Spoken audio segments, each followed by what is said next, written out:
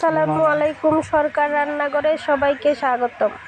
আমি আজকে দেখাবো তাল কেক বানিয়ে। ডিম ছাড়াই কেকটা বানিয়ে নিব। আপনারাও ঝটপটি ডিম ছাড়াই কেকটা বানিয়ে নিতে পারেন। দিয়ে দিচ্ছি 1 কাপ সুজি, দিয়ে দিব আরও 1 কাপ সুজি। আমার কাছে চাউলের গুঁড়া নাই অথবা আটাও নাই, তার জন্য আজকে আমি সুজি দিয়ে কেকটা তৈরি করব।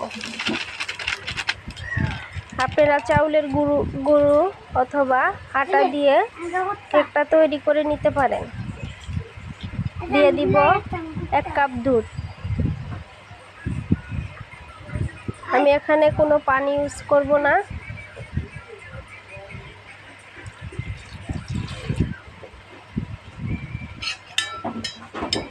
দিয়ে দিব কিছু পরিমাণ চাউলের গুঁড়া।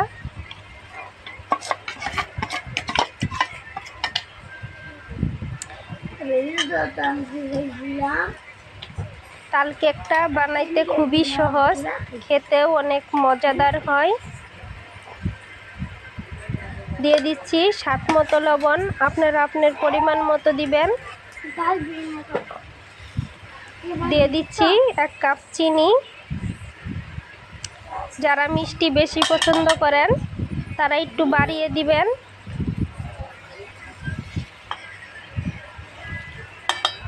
দিয়ে দিব 3 চামচ তালের রস।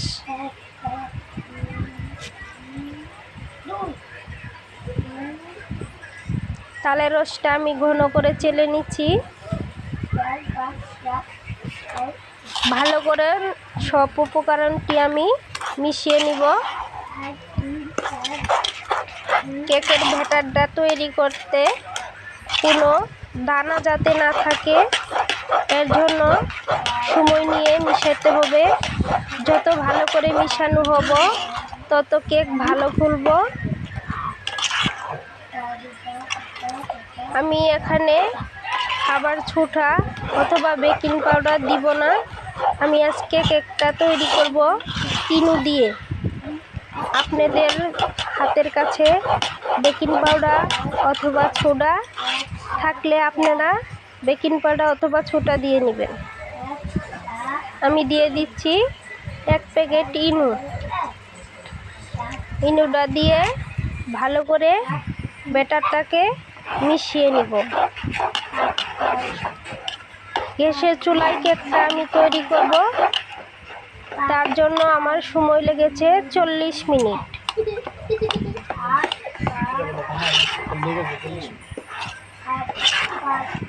আপনারা চাইলে লার্কি চুলায় তৈরি করতে পারেন।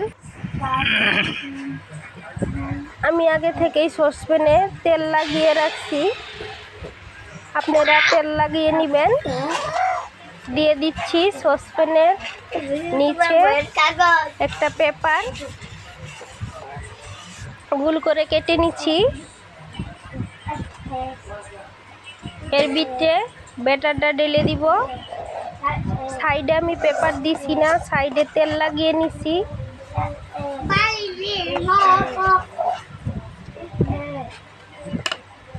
ব্যাটারটা ডালা হয়ে গেছে, আমি ভালো করে ঝাঁকিয়ে নিব।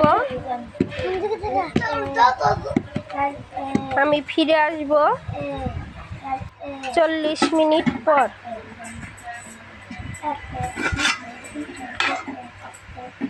40 মিনিট পর ফিরে আসছি।